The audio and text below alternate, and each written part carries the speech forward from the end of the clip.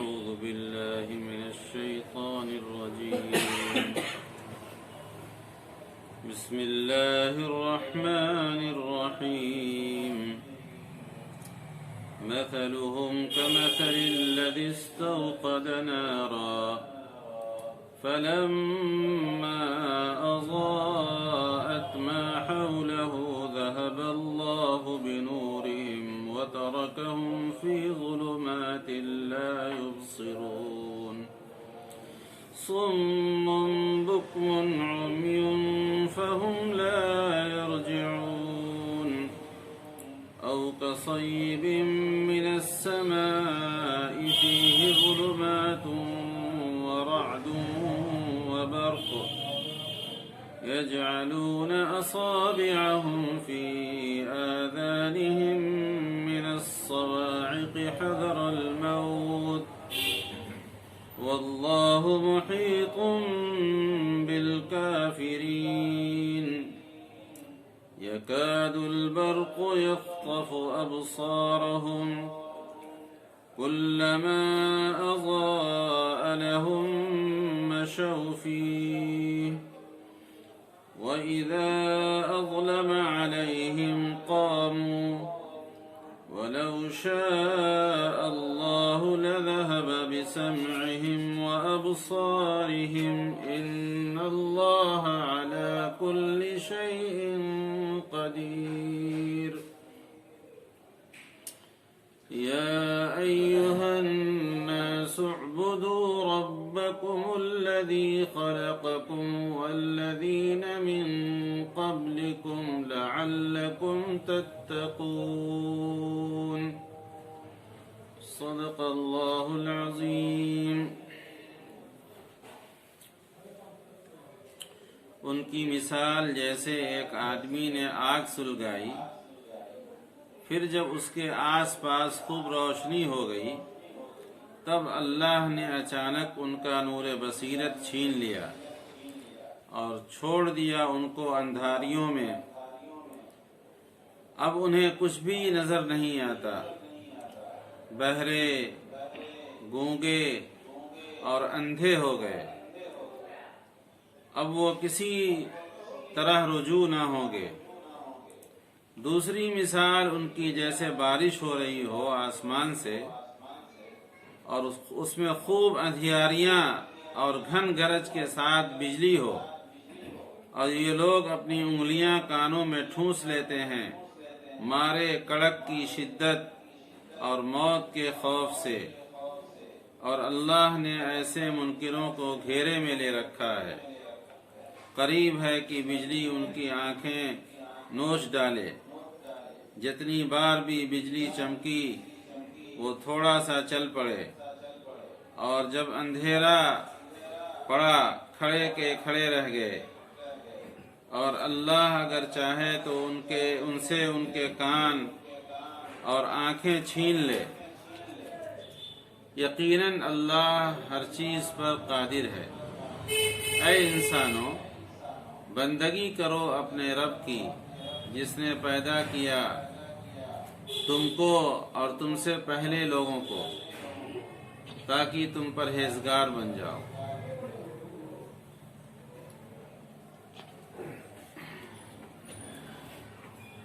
قرآن پاک کی ان آیات میں جو 2 ہفتے پہلے سے چل رہی ہیں، اللہ تعالی منافقین کا ذکر فرما رہے ہیں اور یہ ارشاد فرماتے ہیں اللہ تعالی اور بیان فرماتے ہیں، تفصیل بیان کرتے ہیں کہ کھلے ہوئے کافروں سے زیادہ منافقوں سے اسلام کو اور مومنین کو خطرہ ہے، اس لیے کہ یہ درخی پالیسی ان کی ہوتی ہے. اور مذبذبین بین ذالک لا الہ الا ولا الہ الا، تذبذب میں رہتے ہیں، کبھی ادھر کبھی ادھر، نفع کے چکر میں کہ مسلمانوں کے ساتھ رہنے میں اس وقت نفع ہے تو مسلمانوں کی قدم بوسی کرتے تھے، آ کر خوب اپنا ایمان اور اسلام ظاہر کرتے تھے. اور جب کوئی سخت وقت پڑتا تھا اور نقصان یا گھاٹے کا وقت رہتا تھا، ظاہری نفع نہ ہو، مال کا نفع نہ ہو، تو قدم پیچھے ہٹا لیتے تھے۔ اور جو سچے جانثار تھے، اللہ کے رسول صلی اللہ علیہ وسلم پر جان نچھاور کرنے والے صحابہ تھے، وہ تو اس بات پر بیعت کرتے تھے کہ یا رسول اللہ اگر آپ کہیں آگ میں کودنے کے لیے تو ہم آگ میں کودنے کے لیے تیار ہیں، یا رسول اللہ اگر دریا میں کودنے کے لیے آپ کہیں تو ہم دریا میں کود جائیں، پہاڑ پر چڑھیں، جیسی دشوار گزار راہیں ہوں ہم چلنے کے لیے تیار ہیں۔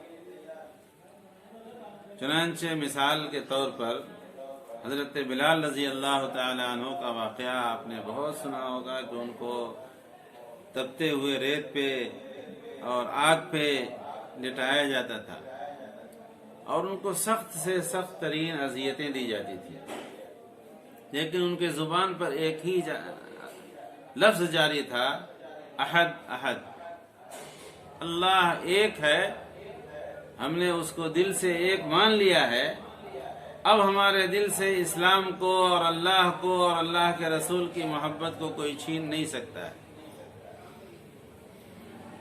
جان قربان کرنے کے لیے تیار تھے۔ ایک صحابی تھے غالباً حضرت خبیب رضی اللہ تعالی عنہ، تو ان کو اتنی اذیتیں دی گئیں، اتنا پریشان کیا گیا کہ ایک ایک عضو کاٹا جاتا تھا اور کہا جاتا تھا کہ اسلام سے پھرتے ہو یا نہیں پھرتے ہو، اپنے پرانے دین کی طرف واپس آتے ہو یا نہیں آتے ہو، لیکن وہ کہتے تھے کوئی سوال نہیں، کبھی یہ پھر گٹا، پھر ہاتھ، پھر کندھے تک، لیکن ان کا عزم، حوصلہ، ایمان پہاڑ کی طرح تھا، کوئی ٹس سے مس نہ کر سکے، کوئی ہلا نہ سکے، وہ سیسا پلائی ہوئی دیوار کی طرح تھے، ان کے ایمان کو کوئی متزلزل نہیں کر سکتا تھا، ان کے یقین کو کوئی بدل نہیں سکتا تھا۔ بس اللہ کے رسول صلی اللہ علیہ وسلم نے جو کچھ کہہ دیا بس اسی کے دھن میں رہتے تھے کہ آپ نے جو کہا بس وہی کرنا ہے، اس کے لیے جان کی قربانی، مال کی قربانی، اولاد کی قربانی، کھیت باڑی کی قربانی، دکان کی قربانی، تجارت کی قربانی، سب دینے کے لیے تیار تھے صحابہ، پیچھے نہیں ہٹتے تھے۔ آپ صلی اللہ علیہ وسلم نے کہا کہ مدینہ ہجرت کر کے چلنا ہے، تو ہجرت کرنا کوئی آسان کام نہیں تھا۔ ہجرت کرنے کا مطلب کہ اپنے بعض رشتہ داروں کو، آل اولاد کو چھوڑنا پڑا، ہجرت کا مطلب یہ تھا کہ اپنی تجارت کو چھوڑ دینا، ہجرت کا مطلب یہ تھا کہ اپنے وطن کو چھوڑ دینا، ہجرت کا مطلب یہ تھا کہ اپنی کھیتی باڑی کو چھوڑ دینا، سب چھوڑ کر مدینہ جانا ہے۔ ہم سے کوئی کرا کے دیکھے کتنی دشوار چیز ہے، ہم کو یہاں سے وہاں منتقل کرنا ہو، کوئی دکان خالی کرانے لگے تو ہم نہیں کریں گے کہ ہمارے تو تجارت ہی چوپٹ ہو جائے گی، کاروبار ہی بلٹ جائے گا۔ لیکن صحابہ مکہ سے 400-500 کلومیٹر دور جا کر اس کو وطن بنانا ہے، اجنبی بن کر جانا ہے، کوئی وہاں رشتہ داریاں ان کی نہیں تھیں، صرف اللہ اور رسول کا حکم تھا، اس پر اپنی جان نچھاور کرنے کے لیے، وطن چھوڑنے کے لیے تیار ہو گئے، کہا ٹھیک ہے یا رسول اللہ۔ لیکن منافق جو تھے، جنگوں میں جانا رہتا تھا، جاتے بھی تھے دھیرے دھیرے دھیرے دھیرے، پھر یہاں تک کہ وہ پیچھے رہ جاتے تھے، اور پھر کہتے تھے یا رسول اللہ ہم قافلے سے بچھڑ گئے،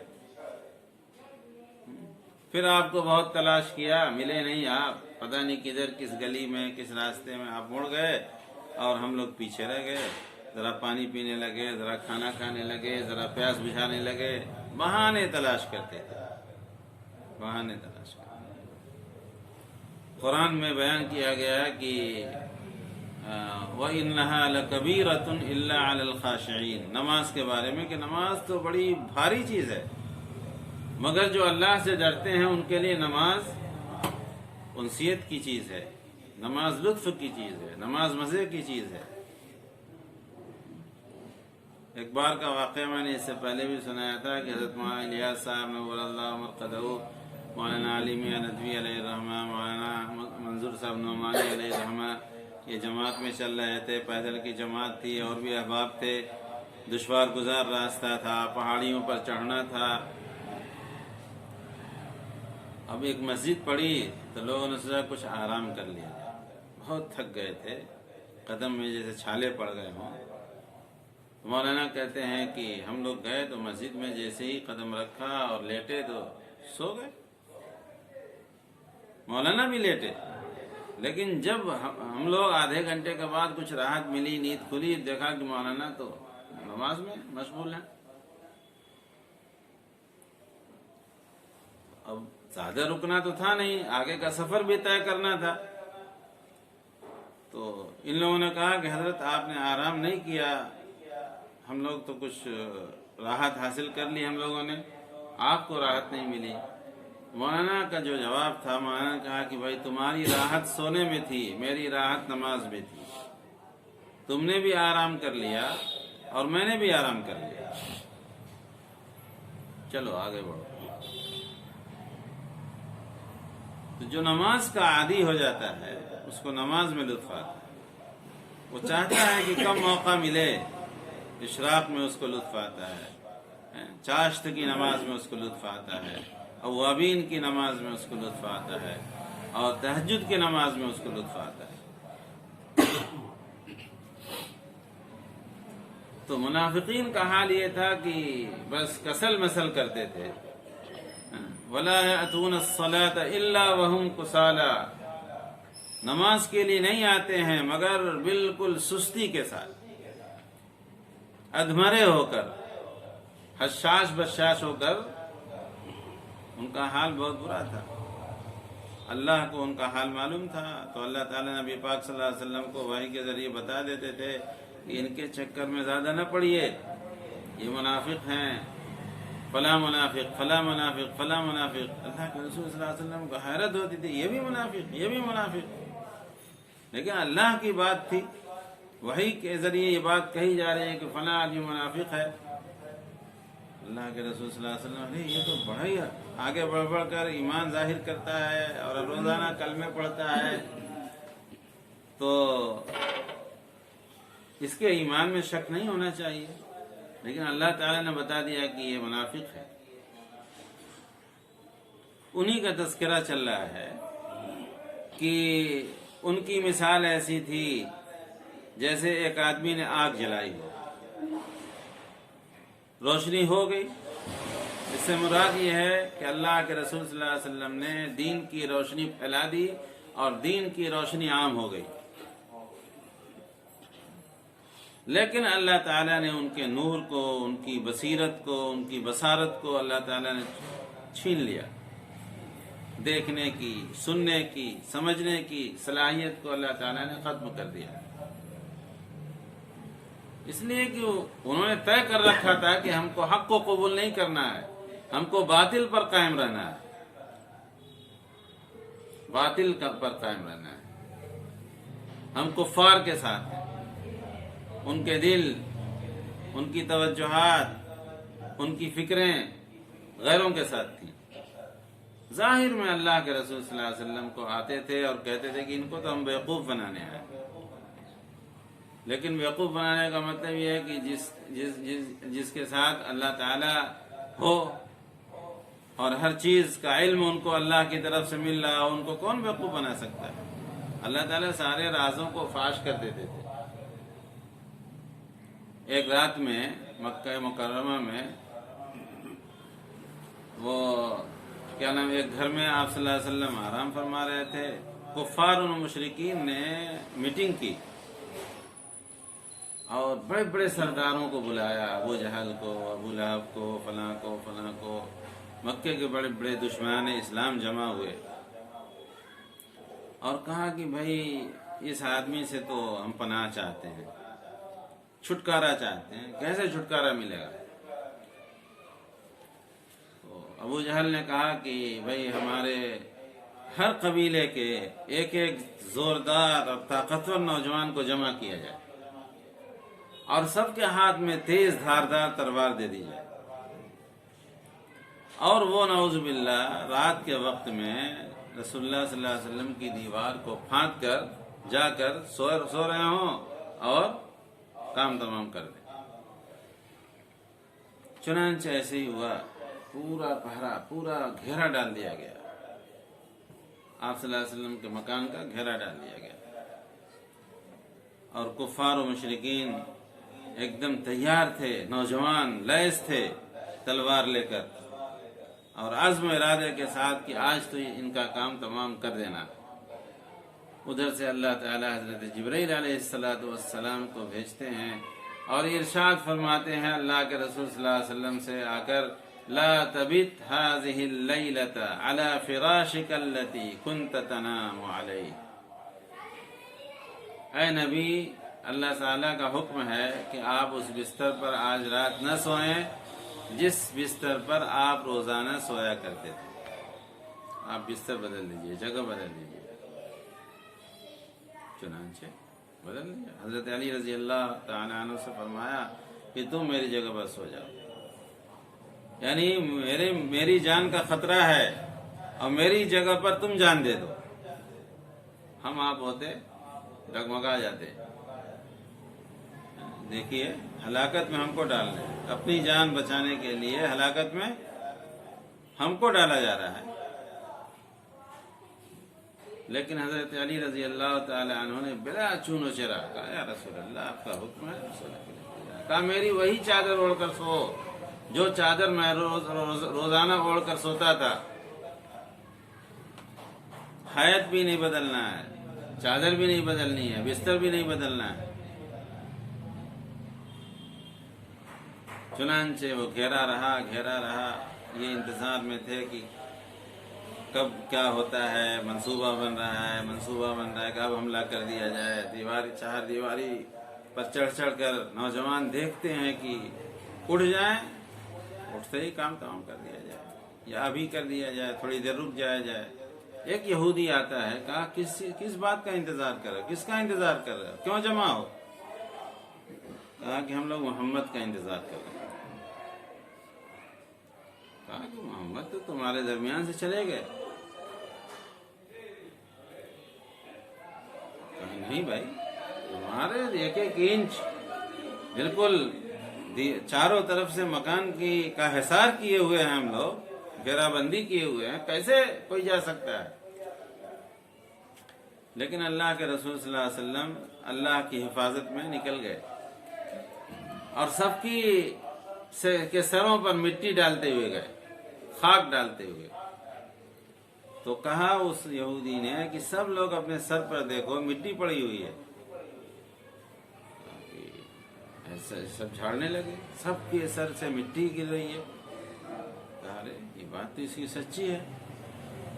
کچھ دیر کے بعد کچھ صبح ہونے کا وقت آتا ہے تو بستر پر سے جب اٹھتے ہیں تو حضرت علی رضی اللہ تعالیٰ عنہ ہوتے ہیں۔ ان لوگوں نے دیکھ کر کہا کہ جس شخص نے کہا تھا، بتایا تھا کہ محمد چلے گئے، اس نے سچ کہا تھا۔ تب یہ لوگ دوڑے، کدھر گئے تو آپ صلی اللہ علیہ وسلم غار ثور میں جا کر چھپ گئے تھے۔ حضرت ابو بکر رضی اللہ تعالی عنہ تھے اور دشمن سامنے نظر آ رہے تھے۔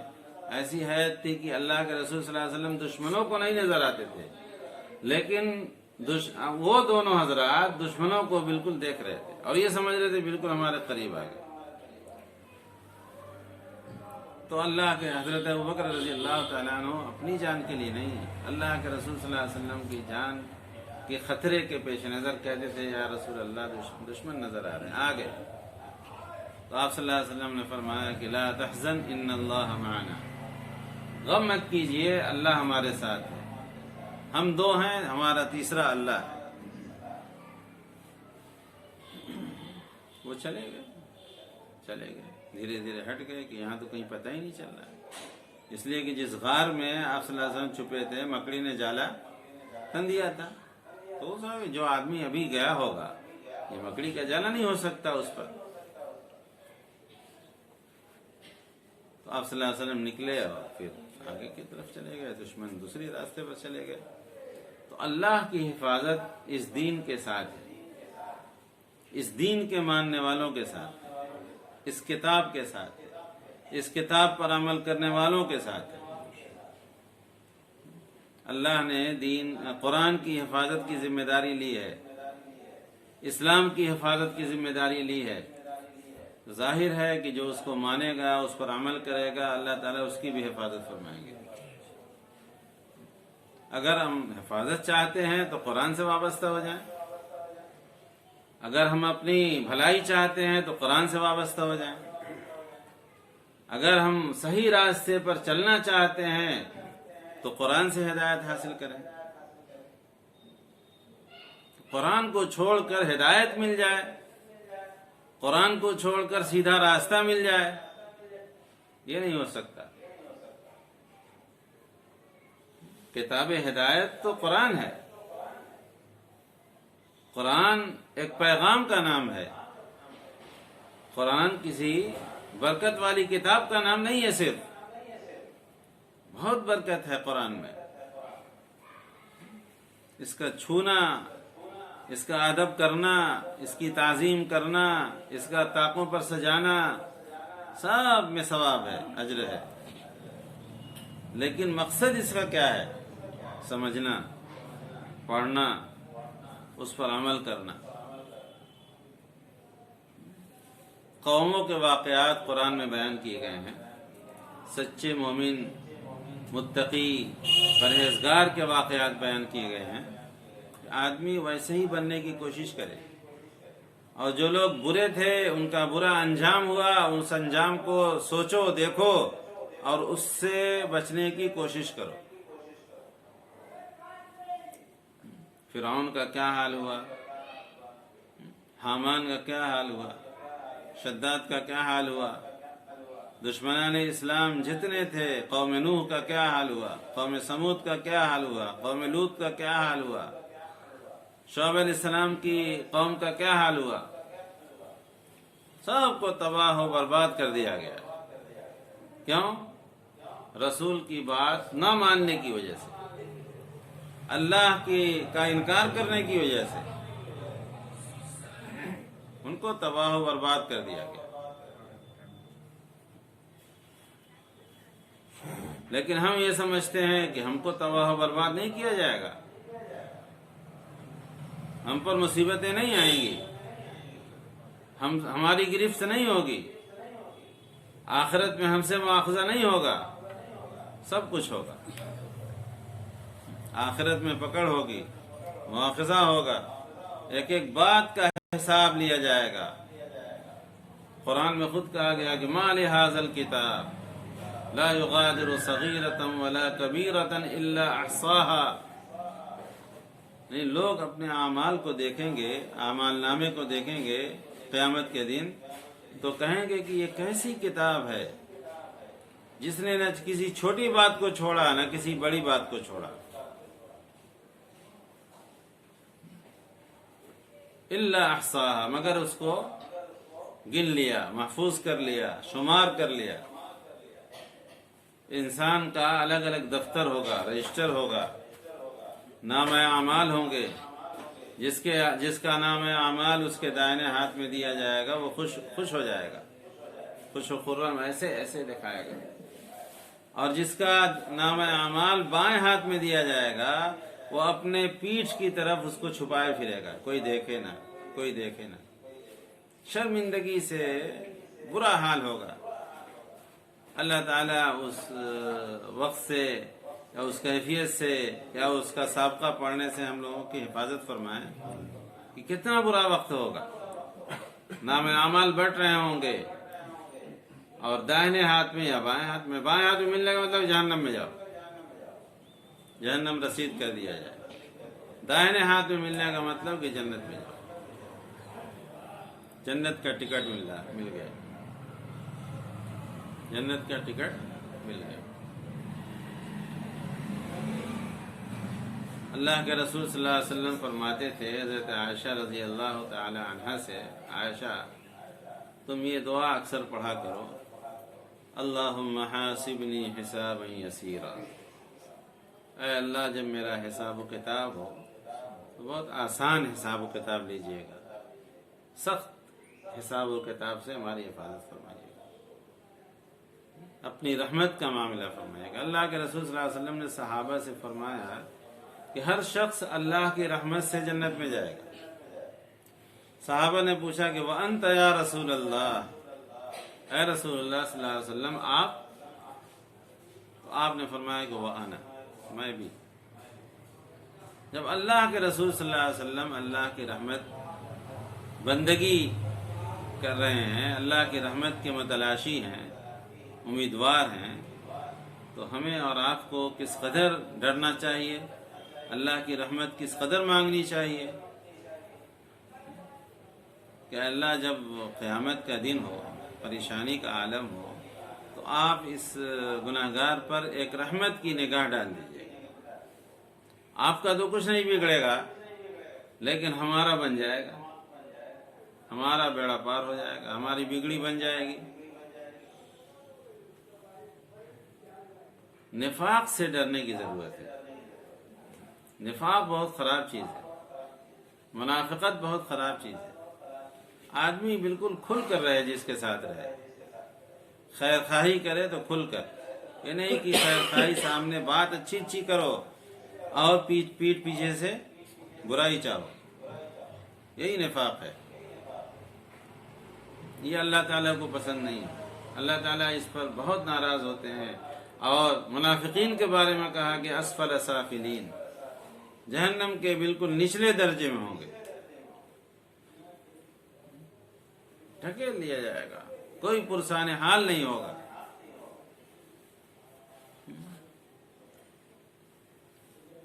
تو دین کی روشنی جب پھیل گئی تو منافقین اس سے اعراض کرنے لگے، روگردانی کرنے لگے، حق کو ماننے سے انکار کرنے لگے۔ تو اللہ تعالیٰ کہتے ہیں ہم نے گمراہیوں میں ان کو چھوڑ دیا، وَتَرَكَهُمْ فِي ظُلُمَاتٍ، اللہ نے ان کو تاریکیوں میں چھوڑ رکھا، لا یبصرون، وہ دیکھ ہی نہیں پاتے تھے، سمجھ ہی نہیں پاتے تھے، سن ہی نہیں پاتے تھے۔ اللہ نے ان کے کان پر مہر لگا دی، آنکھ پر پردہ ڈال دیا، اور کیا نام ہے، آنکھ سے دیکھ نہیں سکتے تھے، کان سے سن نہیں سکتے تھے، زبان سے بول نہیں سکتے تھے۔ صم بکم عمی، بہرے گونگے اندھے، فہم لا یرجعون، وہ حق کی طرف لوٹ ہی نہیں سکتے تھے، حق کی طرف لوٹنے کی صلاحیت ہی نہیں تھی، بالکل بنجر زمین کی طرح ہو گئے تھے، ایسی زمین جس میں یعنی کچھ اگانے کی صلاحیت ہو ہی نہ، کتنا بھی اس کو بنائیے وہ بنے گی نہیں، اچھی نہیں ہوگی، خوشگوار نہیں ہوگی، زراعت کے قابل نہیں ہوگی۔ فَهُمْ لَا أَوْ كَصَيِّبٍ مِّنَ السَّمَاءِ فِيهِ ظُلُمَاتٌ وَرَعْدٌ وَبَرْقٌ، یا ان کی مثال دوسری ایسی ہے جیسے بارش ہو رہی ہو آسمان سے اور اس میں خوب اندھیریاں ہوں، تاریکیاں ہوں، اور گھن گرج کے ساتھ بجلی بھی ہو۔ منافقین کا حال یہ ہوتا ہے کہ اپنی انگلیاں کانوں میں ٹھونس لیتے ہیں، اس لیے کہ مصیبت آ گئی، مصیبت ہو پیچھے رہ جاتے تھے، اور ڈرتے تھے، خوف رکھتے تھے۔ جان گنوانے کا جذبہ تو ان کے اندر ہوتا ہے جو سچے مسلمان ہوں، جان دی ہوئی اسی کی تھی، اللہ کے راستے میں جان دے دی، اللہ کی جان دی ہوئی تھی۔ ایک صحابی تھے، اللہ کے رسول صلی اللہ علیہ وسلم کے پاس آئے اور پوچھا یا رسول اللہ، کہا یا رسول اللہ مجھے اجازت دے دیجئے، میں جنگ میں جانا چاہتا ہوں، جہاد میں جانا چاہتا ہوں۔ اللہ کے رسول نے فرمایا کہ تمہاری ایک ٹانگ ہے، ایک ٹانگ کٹ گئی تھی، تم تو ہمارے لیے بوجھ بن جاؤ گے، ایک ٹانگ سے کیسے جہاد کرو گے؟ تو کہا یا رسول اللہ میں ایک ٹانگ سے جنت میں جانا چاہتا ہوں۔ جہاد میں جانے کا مطلب یہ تھا جنت میں جانا۔ اس جذبے کے ساتھ صحابہ کرام رضی اللہ تعالی عنہم اجمعین جہاد میں شریک ہوتے تھے کہ شہادت مل جائے اور ہم جنت میں چلے جائیں۔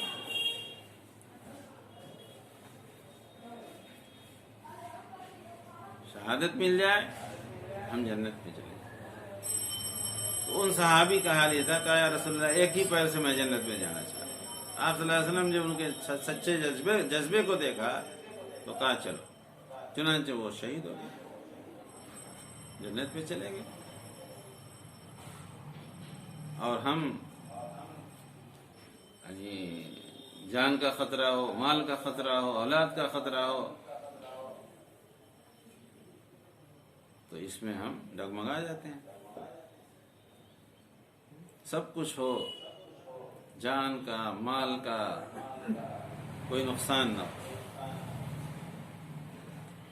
صحابہ تھے وہ بیعت کرتے تھے اللہ کے رسول صلی اللہ علیہ وسلم کے دست مبارک پر کہ یا رسول اللہ زندگی آپ کے لیے وقف ہے، آپ کے اشارے پر ہم چلیں گے، آپ کہیں گے آگ میں کودنے کے لیے ہم آگ میں کود جائیں گے، پانی میں کودنے کے لیے ہم پانی میں کود جائیں گے، آپ حاکم ہیں ہم محکوم ہیں۔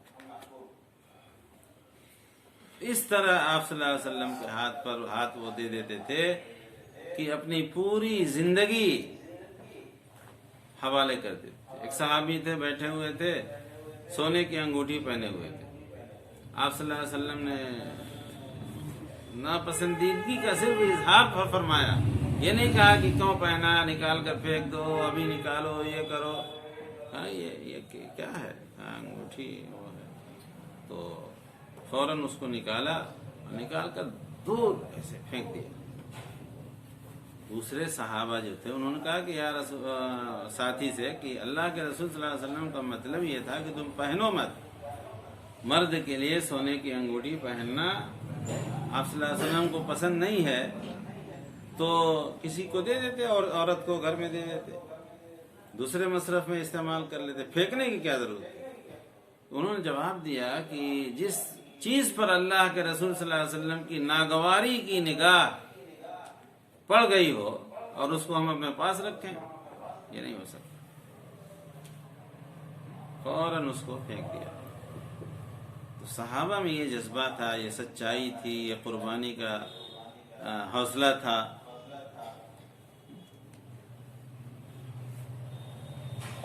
اشارے پر جان قربان کرنے والے تھے صحابہ، سچے ایمان والے تھے، لیکن اسی کے مقابلے میں جو وہ تھے منافقین تھے، کفار و مشرکین تھے، یہ تو بالکل فائدے کے آدمی تھے، فائدہ اٹھانا چاہتے تھے۔ جب مال غنیمت، جب سب کچھ ہو جاتا تھا، مال غنیمت تقسیم ہوتا تھا تو یہ پہنچ جاتے تھے ہم بھی مال غنیمت لیں گے۔ اور آپ صلی اللہ علیہ وسلم جب جتھے بناتے تھے اور کہتے جاؤ کفار کے، مشرکین کے جتھوں میں گھس جاؤ اور جان کی بازی لگا دو، تو کہتے تھے کہ یہ دکھ رہا ہے، یہ دکھ رہا ہے، گھٹنے میں درد ہے، پیر میں درد ہے، بڑی دھوپ ہے، ہم بیمار ہیں۔ وہ کہہ کر آپ صلی اللہ علیہ وسلم سمجھتے تھے، جانتے تھے ان کو، تو الگ بھی کر دیتے تھے، یہ نہیں کہتے نہیں جانا ہی ہے، وہ جانتے تھے کہ منافق ہے یہ، کہتے ٹھیک ہے بھائی تمہارا عذر منظور، چلو چلو۔ اب چند بچتے تھے، وہ جاتے تھے اور مارکا سر کر کے آتے تھے۔ تو جب تک یہ جذبہ نہیں پیدا ہوگا، ایمان کے اندر سچائی نہیں ہوگی، ہم سچے پکے مسلمان نہیں بنیں گے، اللہ کی ذات پر ہمارا توکل نہیں ہوگا، اعتماد نہیں ہوگا، بھروسہ نہیں ہوگا، ہم یہ نہیں سمجھیں گے کہ کسی بھی طاقت سے کچھ نہیں ہوتا ہے، اللہ کی طاقت سے سب کچھ ہوتا ہے۔ ان اللہ علی کل شیء قدیر، اللہ تو ہر چیز پر قادر ہے۔ وہی قدرت، اسی کی قدرت کام کرتی ہے، اسی کا فیصلہ کام کرتا ہے، اسی کی تدبیر کام کرتی ہے، اور کچھ نہیں۔ جب ہمارا یہ ایمان ہوگا، توکل ہوگا، سچائی ہوگی، صداقت ہوگی ہمارے اندر، تو حالات بدلیں گے، زندگی بدلے گی، معاشرے اور سماج کا ماحول بدلے گا، گھر کا ماحول بدلے گا۔ یہ نہیں کہ ہم تھوڑے سے میں ڈگمگا گئے، اللہ پر سے یقین کمزور پڑ گیا. جتنا اللہ پر یقین کمزور ہوگا اتنا ہی زیادہ آدمی پریشان ہوگا. اللہ پر جتنا زیادہ اعتماد ہوگا اتنا ہی آدمی کو قلبی سکون اور اطمینان ملے گا. ہر چیز کو اللہ پر ڈال دے گا. یہ مصیبت اللہ کی طرف سے آئی، یہ خوشی اللہ کی طرف سے ملی. اسی لیے کہا جاتا ہے کہ خوشی حاصل ہو تو شکرانے کی نماز پڑھو، اور غم حاصل ہو، تکلیف ہو تو صبر کرو. دونوں میں اجر ہے. خوشی حاصل ہو تو شکرانے کی نماز پڑھو، اللہ کا شکر ادا کرو. یہ کہو کہ یہ اللہ کے کرنے سے ہوا ہے، ہمارے اندر کوئی خوبی نہیں، ہمارے اندر کوئی کمال نہیں. ساری خوبی اللہ کے لیے، ساری تعریف اللہ کے لیے، سارا کمال اللہ کے لیے، ساری طاقت اللہ کے لیے. اور نقصان پہنچے اللہ نے مقدر میں لکھا تھا. پریشان زیادہ نہیں ہونا چاہیے. فطری طور پر آدمی پریشان ہوتا ہے، یہ انسان کی فطرت ہے کہ غم لاحق ہوتا ہے. غم کرنا منع نہیں ہے، لیکن اس کے پیچھے جان دینا، ہلاک کر ڈالنا اپنے آپ کو، یہ نہیں. اللہ پر اعتماد کرنا چاہیے. حالات ہیں یہ تو آتے رہیں گے. یہ تو دنیا حالات کی جگہ ہے، دنیا حادثات کی جگہ ہے، دنیا مکر و فریب کی جگہ ہے، دنیا پریشانی کی جگہ ہے، راحت کی جگہ نہیں ہے. راحت کی جگہ آخرت ہے. اللہ کے رسول صلی اللہ علیہ وسلم ارشاد فرماتے تھے کہ اللہم لا عیش الا عیش الآخرہ. اے اللہ، عیش اور راحت کچھ نہیں یہاں پر ہے. عیش اور راحت اور آرام تو آخرت میں ہے، آخرت میں. اللہ کے رسول صلی اللہ علیہ وسلم نے کیسے کیسے یعنی نمونے چھوڑ گئے، اور کیسی کیسی دعائیں سکھا گئے، کیسی کیسی بندگی کر کے گئے کہ آدمی اس پر توجہ دے اور یہ سوچے کہ اتنے بڑے ہو کر ایسی بندگی کر رہے ہیں، ہم کو کتنی بندگی کرنی چاہیے، ہم کو اللہ سے کتنی لو لگانی چاہیے، اللہ سے کتنا قرب حاصل کرنا چاہیے. جب انسان اس کی فکر کرے گا، توجہ کرے گا، اللہ کی طرف سے ہدایت ملتی چلی جائے گی، توفیق ملتی چلی جائے گی، یہاں تک کہ اس کی زندگی میں نمایاں تبدیلی پیدا ہوگی. اللہ تعالی ہم سب کو اپنے فضل سے، اپنے کرم سے قرآن سے تعلق نصیب فرما دیں. قرآن کو سمجھنے کی اور اس پر غور کرنے کی، فکر کرنے کی، اور اس کے بعد اس پر عمل کرنے کی توفیق عطا فرمائے، تاکہ ہماری دنیا بھی درست ہو جائے اور آخرت کی سعادت بھی ہم کو حاصل ہو. وآخر دعوانا ان الحمد للہ رب العالمین.